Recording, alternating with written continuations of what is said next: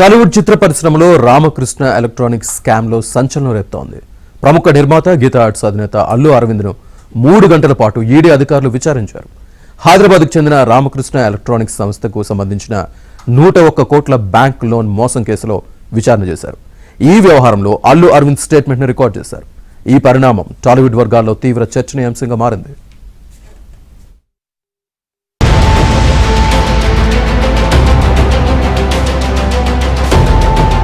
సినీ నిర్మాత అల్లు అరవింద్ ఈ పేరు చెబితే టాలీవుడ్ లో తెలియని వారు ఉండరు. అయితే ఇప్పటి వరకు ఎలాంటి కేసులు ఎదుర్కొని అల్లు అరవింద్ ను అకస్మాత్తుగా ఈడీ నుంచి పిలుపు వచ్చింది.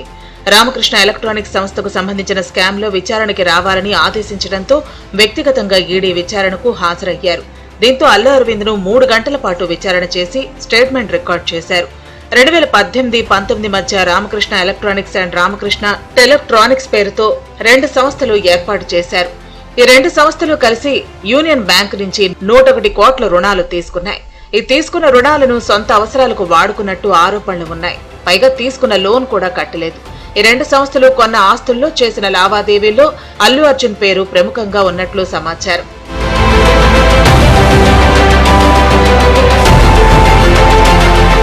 ఇక ఈ వ్యవహారంపై ఈడీ దర్యాప్తుపై ఇంకొంత లోతుకు పోయి చూస్తే రామకృష్ణ ఎలక్ట్రానిక్స్, రామకృష్ణ టెలిట్రానిక్స్ సంస్థలు 2017-19 మధ్య కాలంలో యూనియన్ బ్యాంక్ ఆఫ్ ఇండియా నుంచి 101 కోట్ల రుణం తీసుకుని ఎగవేసినట్లు ఆరోపణలు ఉన్నాయి.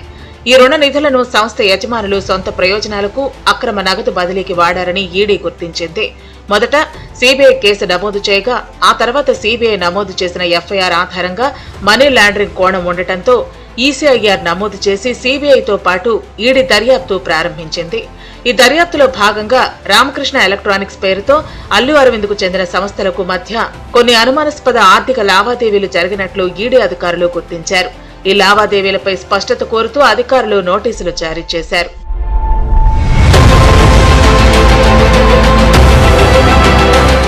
రెండు రోజుల క్రితం హైదరాబాద్ లోని ఈడీ కార్యాలయానికి హాజరైన అల్లు అరవింద్ ను అధికారులు సుదీర్ఘంగా ప్రశ్నించారు.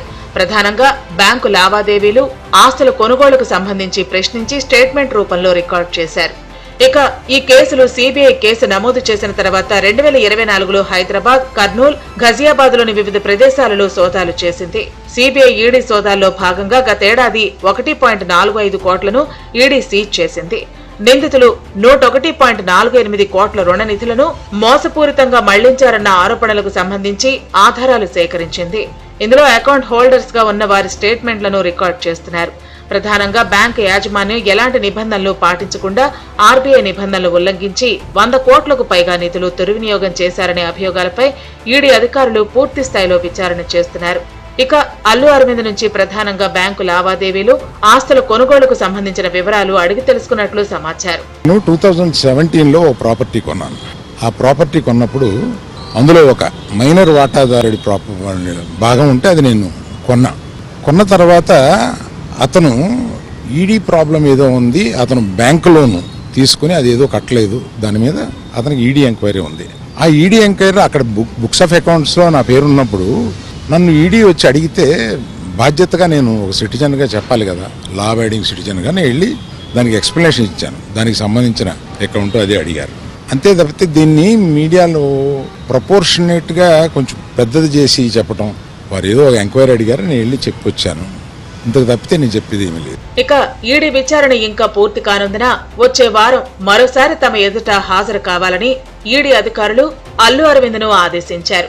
ఈ కేసులో ప్రధాన నిందితులుగా ఉన్న రామకృష్ణ గ్రూప్ యజమానులు వి రాఘవేంద్ర, వి రవికుమార్లతో అల్లు అరవింద్ కు ఉన్న సంబంధాలపై కూడా ఈడీ ఆరా తీస్తోంది.